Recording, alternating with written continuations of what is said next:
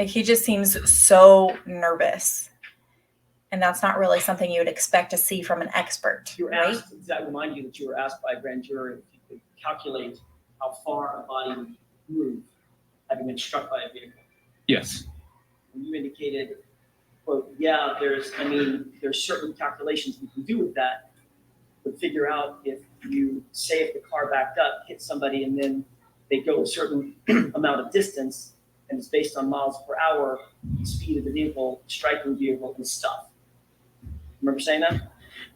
Yes. What do you mean by stuff? I don't know.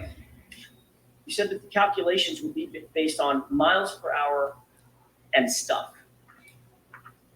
Did you ever do any stuff to test that? Grand jury's question. No, we cannot calculate anything from this collision. Say that one more time. We cannot calculate anything from this collision. Who's we? I'm sorry, me. The role me. Well, you know John O'Keefe's weight, right? What's that? You know John O'Keefe's weight, 217 pounds, right? Yes. Do you know that? I don't know his weight. No. Like, he doesn't even know his Weight of weight. the vehicle? Yes. The weight of the vehicle, gross weight. What's the gross weight? I think it's approximately 7,300 pounds. Were you able to calculate the mass of the vehicle? I did not calculate the mass of the vehicle. Well, you told the grand jury that you were planning on doing that kind of stuff to calculate how far a person would travel being struck at that speed with a car of that weight. You didn't do those calculations?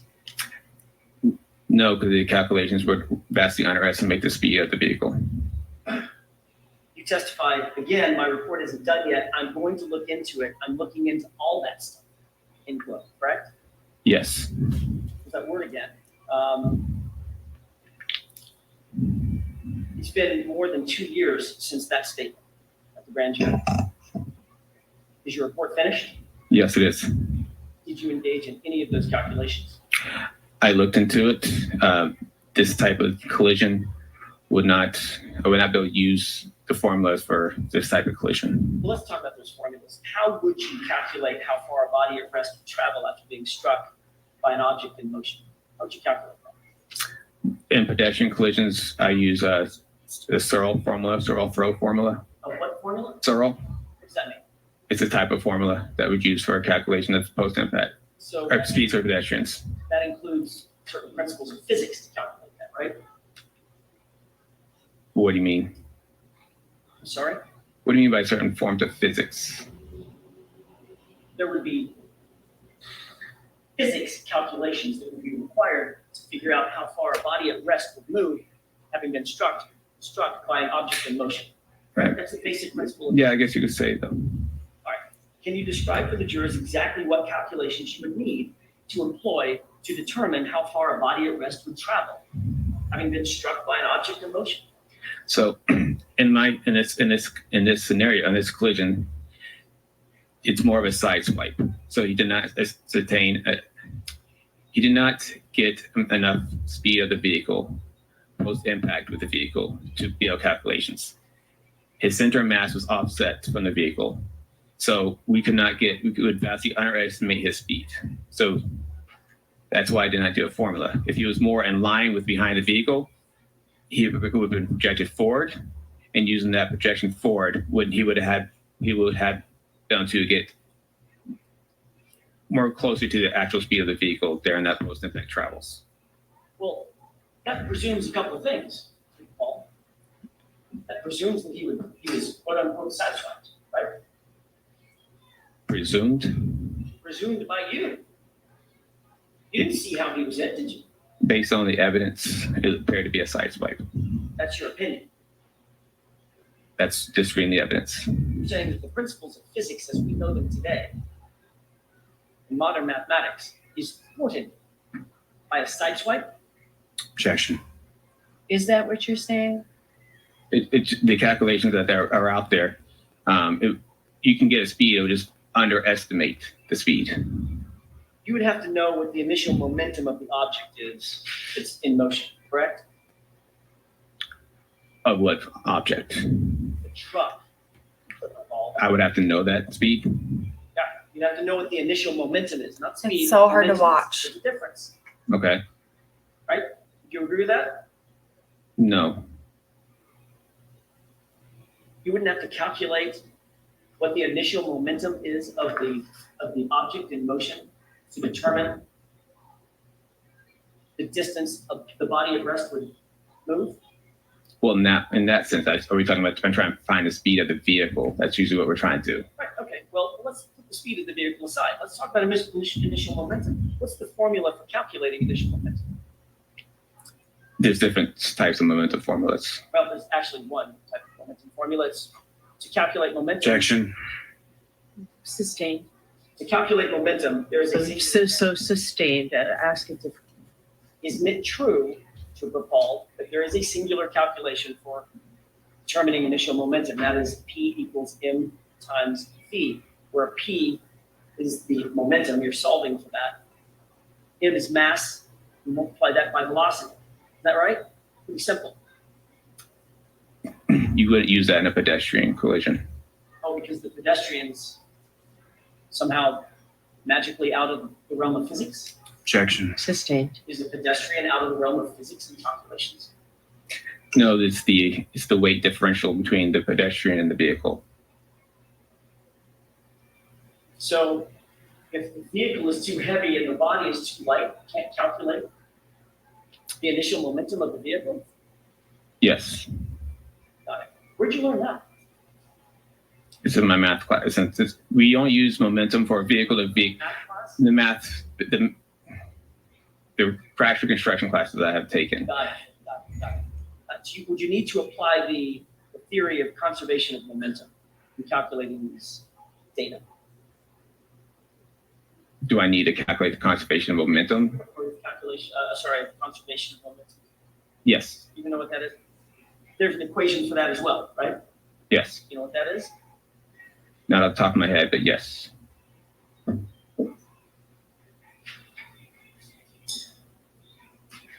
Based on the basic principles of physics, is the total momentum of the collision greater or less than the total momentum after the collision? Total momentum before the collision, is it greater or less than the total momentum after the collision? Basic question. What type of collision?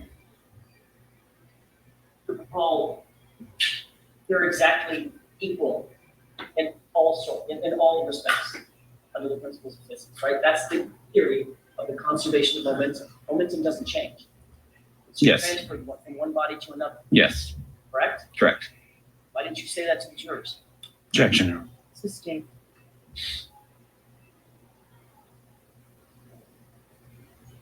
He just doesn't seem confident in what he's If you were saying. qualified to quote, look into all this stuff, you would probably know these answers. Objection. Sustained. Are there any other calculations that you need to figure out the stuff that you were talking to about with the grand jury? Objection. Sustained. How about calculating the final velocity of the objects after the collision? That'd be important. What objects? That would be John O'Keefe's body, sir. Object I don't. that you claim was flying through the air 30 feet. Okay, Objection. sustained. How about calculating the displacement using kinematic equations? Would you be able to do that? The displacement of the body. In order to calculate how far the body would move based on the mass of the object striking the body, could you use displacement using kinematic equations? So, like I said before, the side swipe, he would not have gotten 100% of the vehicle, 100% of the speed of the striking vehicle. It would have vastly underestimated this vehicle. You couldn't hit a person and side swipe them, spin them off to the side, and have that and get a speed from those calculations. So you're saying that the discipline of physics cannot figure out how far John O'Keefe's body would move, but you personally figured out that he would have flown now somewhat, or been projected somewhat 30 feet. Objection. Sustained. Are you saying that the principles of physics are incapable of determining with the proper calculations how far John O'Keefe's body would have moved given the collision at issue? Objection. Is that what you're saying, Trooper? No. Okay, next question. You just said because it was sideswiped, all these calculations, these physics calculations are inapplicable, right? But I'm saying it would underestimate the speed and the distance. The truth is, Trooper Paul, you have no idea what all these physics calculations mean, do you? Objection. Sustained. You've not been trained in physics formally, have you? Yes. You have been, It's incorporated into the classes. right? You have a few classes that use the word physics, but you haven't been formally trained in physics, have you? Objection. Sustained. You haven't been formally trained in kinematics, correct? It's in the aspects of all our crash reconstruction classes. You haven't been formally trained and hold no degrees in biomechanics. I do not have a degree in biomechanics. In fact, basically what you did in this case was calculated ignition cycles. And you got those wrong, right? Objection. Sustained. Come on, Mr. Jackson, ask the appropriate part of the question, you'll get it.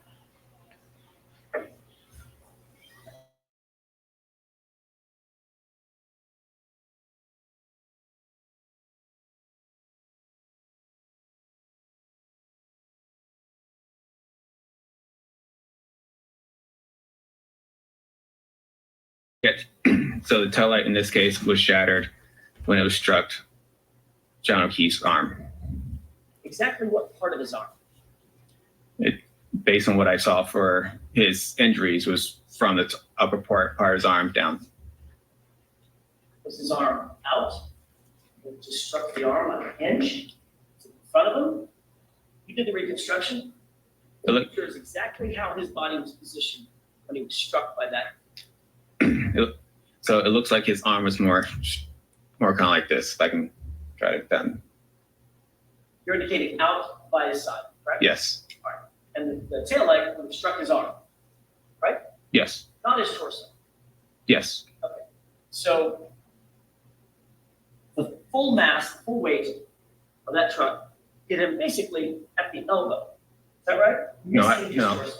I said it from upper part of the arm Right, down. but Yeah. the elbow and the biceps. I didn't see anything that shows an indication that this lower torso was struck, but So his torso- it's not saying it could not have been a possibility, but But how is his arm like this, up and out, and Karen Reed's coming out like this, and it hits the back of his arm?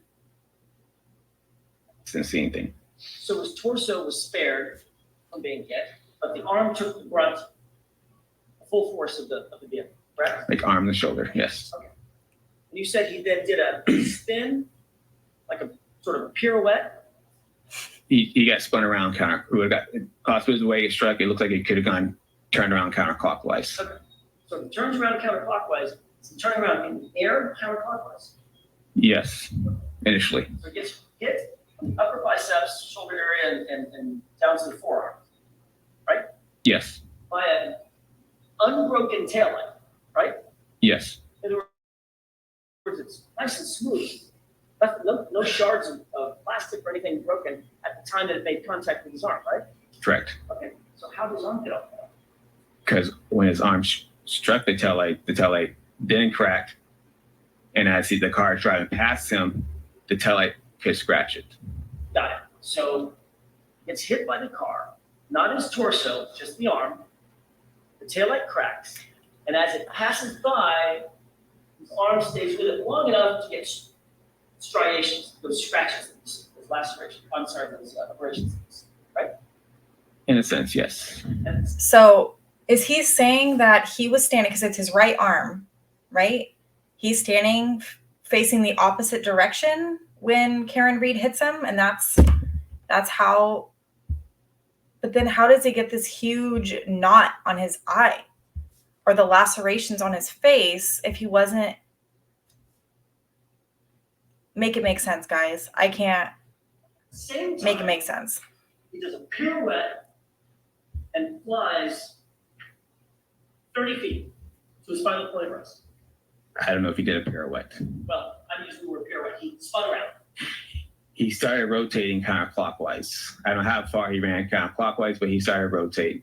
according to that, would push him to rotate counterclockwise. Well, now he went counterclockwise all the way to his back toward the ground. It seems like the most likely possibility. Did you account for the fact that his arm is on a hinge? Is what? Say again? Did you account for the fact in this scenario that you just told the jurors that his arm is on a hinge? On a On his hinge. shoulder? Okay. Okay, so, arm got hit, did his arm just swing? I said arm and shoulder area, so his arm could have been considered part of it. Even if his shoulder got, the upper, Okay. pointing to his upper biceps. Mhm. Right? There's no injuries on his shoulder, not a single one, not even a bruise, right? Like I said, it looked like to me it was from up here. I don't know how far I can up back here, but it was up here. Well, So you're the one that talked about his injuries on his arm. yes. That's limited to about mid biceps, to about mid forearm, right? Okay. Right?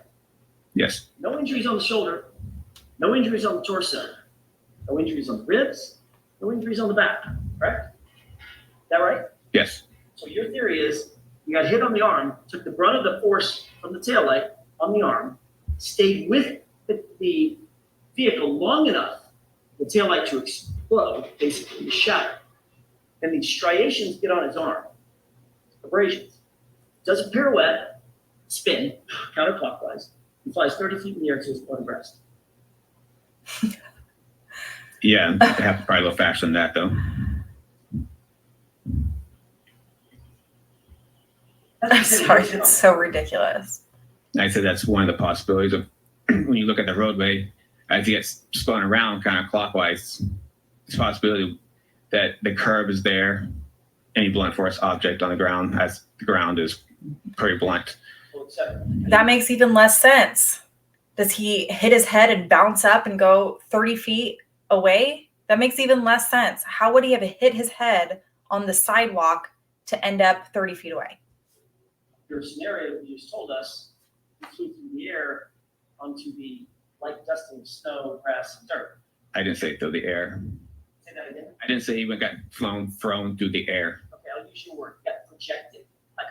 Projected doesn't mean it's not incorporating just throw. Project just means you get pushed forward. There's two parts of that. There's the air, then there's the ground.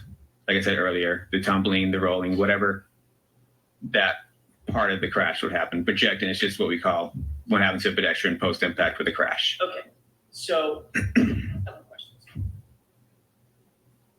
If his arm, elbow,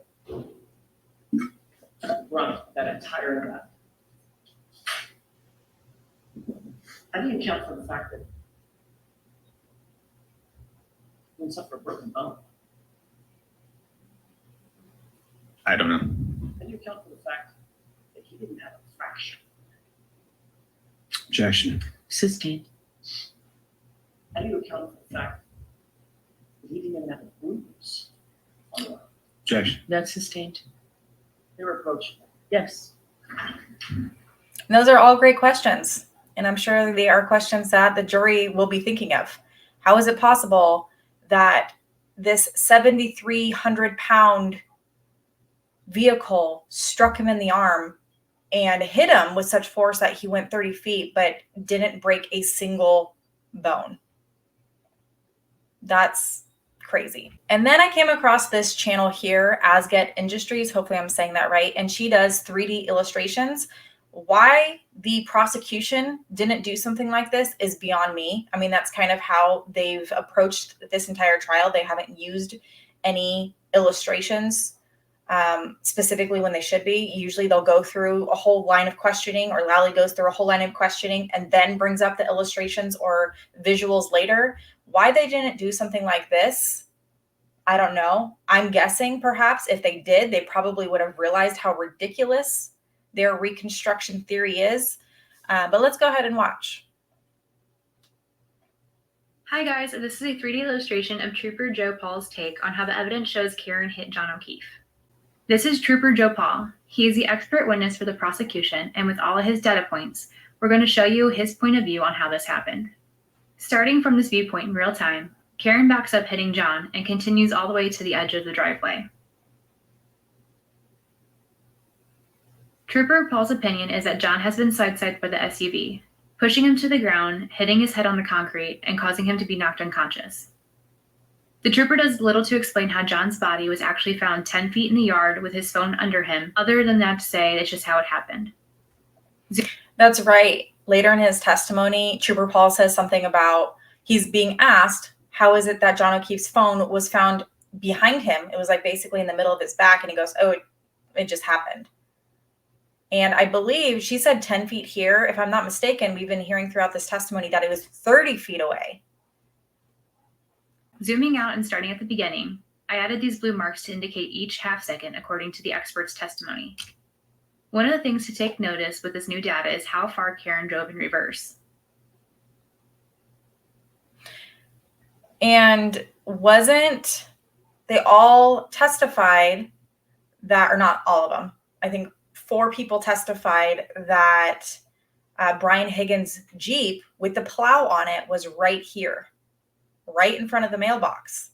So how would her car have gone in reverse that far without hitting the Jeep? Before Karen was reversing, she was driving away from John at 11 miles per hour, according to this expert. So let's start at that point. John watches Karen drive away. He watches her come to a stop, pause for 2.5 seconds, and then start to reverse towards him. This moment of impact is going to create a lot of noise. Picture taking a bat and breaking out the rear taillight, or taking a glass and throwing it into the back of a vehicle, having it shatter. The amount of noise created by this would certainly be heard by those inside the house. All this data is based on key cycles that Trooper Paul claims represents this point of time, but the defense believes he's wrong on that, and in this next video I'm going to show you why. Now a little quick self-promotion. I'm trying to create a deal with Netflix for a documentary. They've already used some of my work in their Murdoch series, and engagement is certainly a metric they consider. So if you like my work, it'll go a very long way if you guys like, share, and comment, not just on this video, but any of my videos. And once again, thank you guys for watching and for following me. That was really well done. And again, it just highlights the lack of any effort given by anybody in this investigation. Again, none of his reconstruction seems to make sense. And it's mind-blowing to me that this case made it to trial. And I can't wait to see what the defense witnesses have to say when they kind of put together something, because Trooper Paul was he was a trooper with an assignment. And he took a few classes and they're like, okay, you're an expert. And it's unreal. And it always makes me wonder what other cases for people who may not have the means and resources that Karen Reed does, how many other people have their terrible investigations put away for perhaps something that they didn't do? It's mind-blowing. But let me know what you guys think about this. Make sure you go to Asget Industries if you liked her presentation. Make sure you subscribe and like her channel. Let me know what you guys think down below. Make sure you like this video before you go, and I'll see you guys in the next one.